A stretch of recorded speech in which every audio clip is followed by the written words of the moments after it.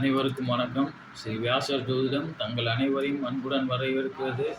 நண்பர்களே, இந்த காணொளியில் நாம் பாரத பிரதமர் திரு மோடிஜி அவர்களின் ஜாதகத்தை பார்க்க இருக்கிறோம். நண்பர்களே, இந்த ஜாதகம் உண்மையான ஜாதகமா அல்லது பொய்யான ஜாதகமா என்று எனக்கு தெரியாது. வலைதளத்தில் பரவி கிடக்கும் தகவலின்படி கிடைத்த ஜாதகம். அதன் அடிப்படையில் தான் நான் இந்த ஜாதகத்துக்கு பலன் கூறுகிறேன்.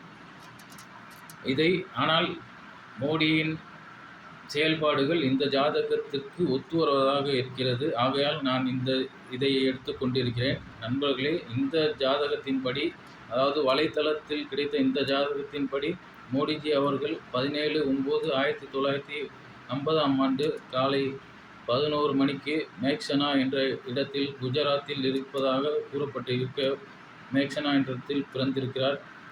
இந்த ஜாதகத்தின்படி இவருடைய லக்னம் விருச்சிகம், ராசி விருச்சிகம், சந்திரன் அனுசம் 3ஆம் பாதம்,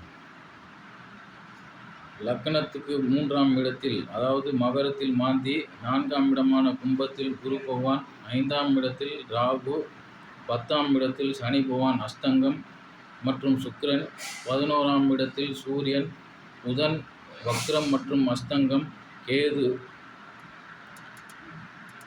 லக்னத்திலே செவ்வாயும் இருக்கிறார் சந்திரனோடு சேர்ந்து. இது ராசி சக்கரத்தின் அடிப்படையில். அதற்கு முன்பாக நண்பர்களே, நான் ஒரு விஷயத்தை தெளிவுபடுத்த விரும்புகிறேன். நான் பிஜேபியின் அனுதாபியோ அல்லது மோடிஜி அவர்களின் அனுதாபியோ அல்ல. ஒரு ஜோதிடர் என்ற முறையில் எனக்கு என் சிறு அறிவுக்கு எட்டியதை நான் கூறுகிறேன், அவ்வளவுதான். நண்பர்களே, இந்த ஜாதகத்தின்படி ராசி கட்டத்தில் இந்த அமைப்பு இருந்தாலும் பாவ கட்டத்தில் நான் கேபி பிளாசிடஸ் என்ற பாவ முறையை பின்பற்றி வருகிறேன். ஆகையால் அந்த அடிப்படையில் நான் கூறுகிறேன். பாவத்தில் லக்னத்தில் சந்திரன், 3ஆம் இடத்தில் மாந்தி, 4ஆம் இடத்தில் குரு வக்ரம் ராகு, 10ஆம் இடத்தில் சனி பகவான் அஸ்தங்கம், சுக்கிரன், சூரியன், புதன், கேது, 12ஆம் பாவத்தில் செவ்வாய். நண்பர்களே, இந்த ஜாதகத்தின்படி இந்த ஜாதகர் ஒரு கோபம் நிறைந்தவராக இருப்பார். ஆனால் லக்னாதிபதி 12ஆம் இடத்தில் இருந்து குரு பகவானின் பார்வை பெற்றிருப்பதால் இவருக்கு செயல்திறன் இருக்கும். ராசியில் சந்திரன் நீசமாக இருந்தாலும் அவருக்கு சாரம் கொடுத்த சனி பகவான் குரு பகவானின் பார்வை பெற்று இங்கே சந்திரன் நீசபங்கம் அடைகிறார். மேலும் அவருக்கு இடம் கொடுத்த செவ்வாயும் குரு பகவானின் பார்வை பெற்று இருப்பதால் சந்திரன் நீசபங்கம் அடைகிறார். மேலும் செவ்வாயானவர் கடகத்தில் நவாம்சத்தில் கடகத்தில் இருப்பதால் அதன் மூலமும் இவர் நீசபங்கம் அடைகிறார். அதாவது சந்திரன் நீசபங்கம் அடைகிறார். லக்னத்துக்கு 2ஆம் அதிபதியான குரு பகவான் 4ஆம் இடத்தில் வக்ரம் இருப்பதால் இவர் சிறு வயதிலே குடும்பத்தை விட்டு பிரிந்திருக்கிறார் என்பது நாம் அறிவோம். 3ஆம் இடத்தில் மாந்தியை தமிழகத்தை பொறுத்தவரை பெரிதாக எடுத்துக்கொள்வதில்லை. இருந்தாலும் இந்த ஜாதகத்தில் மாந்தி 3ஆம் இடத்தில் இருப்பதால் அவர் வெற்றிகரை வாரி வழங்குகிறார் என்றே கொள்ளலாம். 3ஆம் இடமான தைரிய வீரிய ஸ்தானத்தில் இருக்கிறார் மாந்தி. குரு பகவான் 4ஆம் இடத்தில் வக்ரம் பெற்றிருக்கிறார், உடன் ராகு. ஆகையால் 5ஆம் அதிபதி குரு பகவான் 4ஆம் இடத்தில் 5ஆம் இடத்துக்கு 12ஆம் இடமான 4இல் இருப்பதால் இவர் பூர்வீகத்தை விட்டு சிறுவயதிலே வெளியேறிவிட்டார் என்பதை நாம் அறிவோம். மேலும் இன்று வரை இவர் நம் நாட்டில் வெளிநாட்டுக்கு அதிகம் பயணம் கொள்வதை நான் பார்க்கிறோம். ஏனெனில் குரு பகவான் காற்று ராசியான கும்பத்தில் இருக்கிறார், உடன் ராகுவும் இருப்பதால் இவர் அடிக்கடி வெளிநாட்டு பயணம் மேற்கொள்கிறார். 6ஆம் அதிபதியான செவ்வாய் பகவான் 12ஆம் பாவத்தில் இருந்து குரு பார்வை பெற்றிருப்பதால் இவர் எதிரிகளை வெல்கிறார், சிறந்த முறையில் வெல்கிறார். இவர் செயல்திறன் நிறைந்தவர் என்பதை ஒற்றுக்கொள்ள வேண்டும். அதாவது இந்த ஜாதகத்தின்படி நண்பர்களே, இவருடைய உண்மையான ஜாதகம் எனக்கு தெரியாது. 7ஆம் இடத்து அதிபதியான சுக்கிர பகவான் குரு பகவானின் பார்வை பெற்றிருப்பதால் இவருக்கு திருமணம் நடைபெற்றிருக்கிறது. எனினும் குரு பகவான் 5ஆம் அதிபதியாகி 4ஆம் இடத்தில் வக்ரம் பெற்றிருப்பதால் இவருக்கு புத்திர பிராப்தம் இல்லை என்பதால் இவர் திருமணத்தை முடித்து கொண்டுள்ளார்.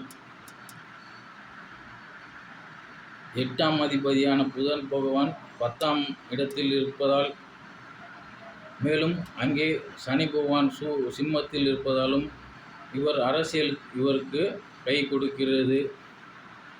மேலும் முதல் முறையாக இவர் சிஎம் பதவி பெற்ற போது, முதலமைச்சரான போதும் புதன் புக்தியில்தான் இவர் முதலமைச்சர் ஆகியிருக்கிறார். அப்பொழுதும் இவருக்கு குஜராத் கலவரம் மூலம் இவருக்கு ஒரு பின்னடைவு ஏற்பட்டது. இப்பொழுதும் செவ்வாய் தசையில் புதன் புக்தி நடந்து கொண்டு முடிந்தது. இப்பொழுது அந்த காலகட்டத்தில் இவருக்கு எலக்டோரல் பாண்ட், தேர்தல் பத்திரம் முறைகேடு மற்றும் பிஎம் கேர் ஃபண்ட் என்ற விஷயங்கள் இவருக்கு பின்னடைவை ஏற்படுத்தி இருக்கின்றன. ஆனால் இப்பொழுது செவ்வாய் திசை குரு பகவான் பார்வை பெற்று 12ஆம் இடத்தில், அதாவது 6ஆம் அதிபதியான செவ்வாய் 12ஆம் இடத்தில் இருப்பதால், அதுவும் குரு பகவான் பார்வை பெற்றிருப்பதால் இவருக்கு வெற்றி தொடரும் என்றே நான் கருதுகிறேன். இது என்னுடைய தனிப்பட்ட கருத்து. மேலும் சந்திர கேந்திரத்திலிருந்து 10ஆம் கேந்திரமான 10இல் சனி பகவான் இருப்பதால் இவருக்கு வருமான வீட்டு தொழிலை விட இது போன்ற அரசியல் ஈடுபாடுகள் மூலம்தான் இவருக்கு புகழ் நிலைத்திருக்கும். அங்கேயே சூரியன் 10லே பாவத்திலே சூரியன், புதன் மற்றும் கேது இருக்கின்றனர். 10இல் ஒரு பாவி இருந்தாலே நல்லது என்று கூறப்படுகிறது. ஆனால் மோடிஜியின் ஜாதகத்தில், அதாவது இந்த ஜாதகத்தில், வலைதளத்தில் கிடைத்த இந்த ஜாதகத்தில் 10ஆம் பாவத்தில் சனி பகவான், சூரிய பகவான், புதன் மற்றும் கேது மற்றும் சுக்கிரன் இருக்கிறார். இப்பொழுது இவருக்கு செவ்வாய் திசையில் புதன் கேது புக்தி நடக்கிறது. கேதுவும் 10ஆம் இடத்திலிருந்து நடத்துகிறார். குருவின் பார்வை பெற்றே அந்த புக்தியும் நடப்பதால் இவருக்கு வெற்றி தொடரும். செவ்வாய் திசை 27ஆம் ஆண்டு வரை நடைபெறுகிறது. ஆகையால் 27 ஆகஸ்ட் வரை இவருக்கு வெற்றி வாய்ப்புகள், வெற்றியுடன் உலா வருவார். அடுத்து ராகு திசையில் குரு புக்தியில் இவருடைய காலம் முடிவடையும் என்றே எனக்கு தோன்றுகிறது. ஏனெனில் குரு பகவான் 2ஆம் அதிபதி ஆகிறார், மாரகாதிபதி ஆகிறார். மேலும் 2 மற்றும் 3 மற்றும் 7ஆம் அதிபதி, அதாவது அவர்களும் 3ஆம் இடமானது உப ஆயுள் ஸ்தானம் என்று கூறப்படும். 7ஆம் இடம் என்பது மாரகஸ்தானம். அந்த அதிபதியான சுக்கிர பகவானும் சேர்ந்து 10இல் இருக்கிறார்கள். ராகு திசையில் குரு புக்தியில் அநேகமாக இவருடைய காலம் முடிவடையும் என்றே என் தனிப்பட்ட கருத்து.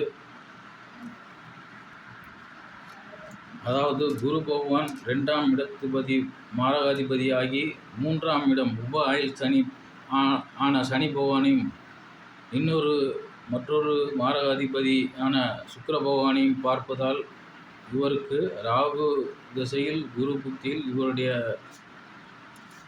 காலம் முடிவடையும் என்றே எனக்கு என் சிறு அறிவுக்கு எட்டுகிறது. நண்பர்களே, இதுவரை நாம் பாரத பிரதமர் திரு மோடிஜி அவர்களின் ஜாதகத்தை பார்த்தோம். இவருக்கு 2027 வரை வெற்றி முகம்தான் என்பது என்னுடைய தனிப்பட்ட கருத்து. சரி நண்பர்களே, இத்துடன் இந்த பதிவை முடித்துக் கொள்கிறேன். அடுத்த ஒரு காணொளியில் வேறொரு ஜாதகத்தை பார்ப்போம். நன்றி, வணக்கம்.